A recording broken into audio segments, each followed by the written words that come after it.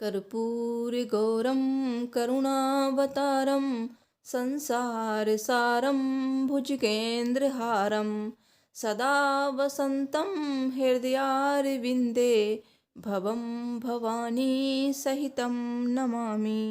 हर हर महादेव। नमस्कार दोस्तों, आप सभी का आपके अपने यूट्यूब चैनल आसान राह में हार्दिक स्वागत है। मैं हूं अपर्णा। दोस्तों, प्रदोष व्रत अति मंगलकारी और शिव जी की कृपा प्रदान करने वाला होता है। यह व्रत प्रत्येक महीने के कृष्ण पक्ष व शुक्ल पक्ष की त्रयोदशी तिथि को रखा जाता है। इसलिए इसे वार के अनुसार पूजन करने का विधान शास्त्र सम्मत माना गया है।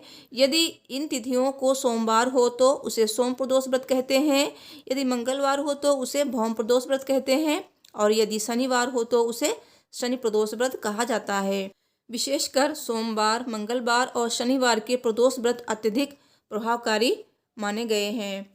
दोस्तों, आइए जानते हैं कि क्या पूजा विधि है। प्रत्येक पक्ष की त्रयोदशी के व्रत को प्रदोष व्रत कहते हैं।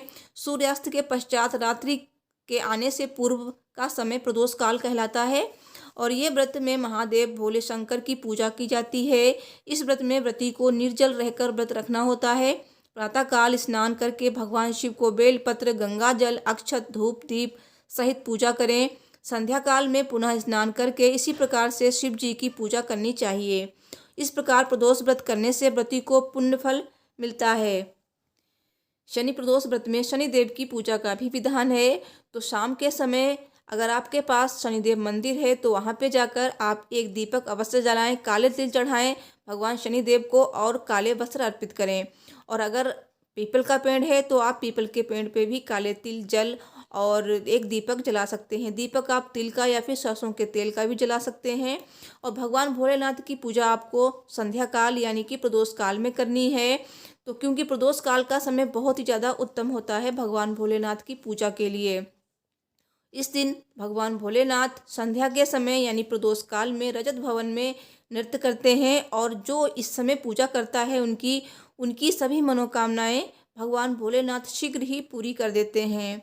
तो ये प्रदोष काल का जो समय होता है भगवान भोलेनाथ की पूजा के लिए बहुत ज़्यादा उत्तम माना गया है। तो ये इस साल का पहला प्रदोष व्रत होगा, और शनि प्रदोष व्रत का बहुत ही ज़्यादा महत्व है। शनि प्रदोष व्रत करने से संतान की प्राप्ति होती है, और जो लोग शनि प्रदोष व्रत रखते हैं उनको शिव पूजा के समय शनि प्रदोष व्रत की कथा जरूर सुननी चाहिए। तो आज की वीडियो में मैं आपको सुनाऊंगी शनि प्रदोष व्रत की कथा, और अगर आपने व्रत रखा है तो कथा अवश्य सुननी चाहिए। कोई भी अगर आप व्रत रखें तो उस व्रत की कथा आपको अवश्य सुननी है।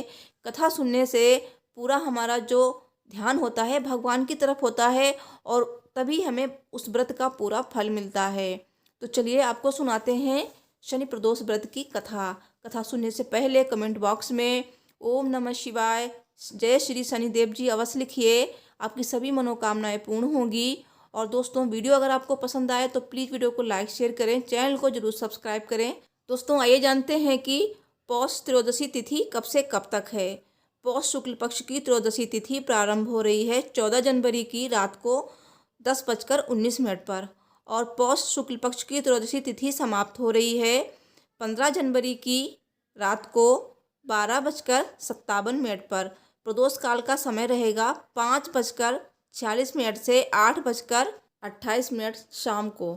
आइए अब जानते हैं कि 15 जनवरी 2022 शनिवार को त्रयोदशी तिथि को सूर्योदय का समय क्या रहेगा और क्या सूर्यास्त का समय रहेगा।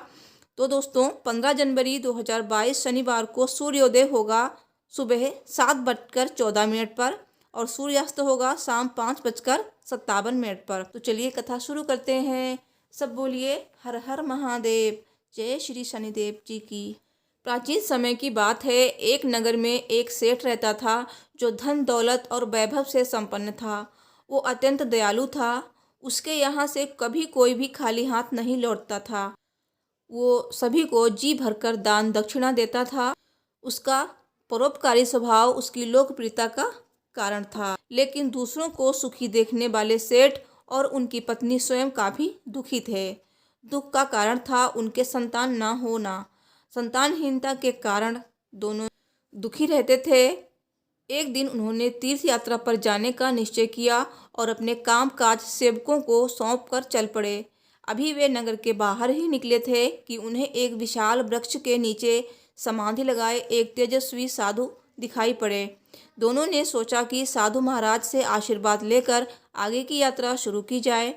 पति पत्नी दोनों समाधिलीन साधु के सामने हाथ जोड़कर बैठ गए और उनकी समाधि टूटने की प्रतीक्षा करने लगे। सुबह से शाम और फिर रात हो गई, लेकिन साधु की समाधि नहीं टूटी। मगर सेठ पति पत्नी धैर्यपूर्वक हाथ जोड़े पूर्ववत बैठे रहे। अंततः अगले दिन प्रातःकाल साधु समाधि से उठे। सेठ पति पत्नी को देखकर वो मंद मंद मुस्कुराए और आशीर्वाद स्वरूप हाथ उठाकर बोले, मैं तुम्हारे अंतर्मन की व्यथा भांप गया हूँ वत्स। मैं तुम्हारे धैर्य और भक्तिभाव से अत्यंत प्रसन्न हूँ। साधु ने संतान प्राप्ति के लिए उन्हें शनि प्रदोष व्रत करने की विधि समझाई और शंकर भगवान की निम्न वंदना बताई। वंदना इस प्रकार है। हे रुद्रदेव शिव नमस्कार, शिव शंकर जगगुरु नमस्कार, हे नीलकंठ सुर नमस्कार, शशिमौल चंद्र सुख नमस्कार, हे उमाकांत सुधि नमस्कार, उग्रत रूप मन नमस्कार, ईशान ईश प्रभु नमस्कार, विश्वेश्वर प्रभु शिव नमस्कार। तीर्थ यात्रा के बाद दोनों वापस घर लौटे और नियम पूर्वक शनि प्रदोष व्रत करने लगे। कालांतर में सेठ की पत्नी ने एक सुंदर पुत्र को जन्म दिया। शनि प्रदोष व्रत के प्रभाव से उनके यहाँ छाया अंधकार लुप्त हो गया। दोनों आनंद पूर्वक रहने लगे।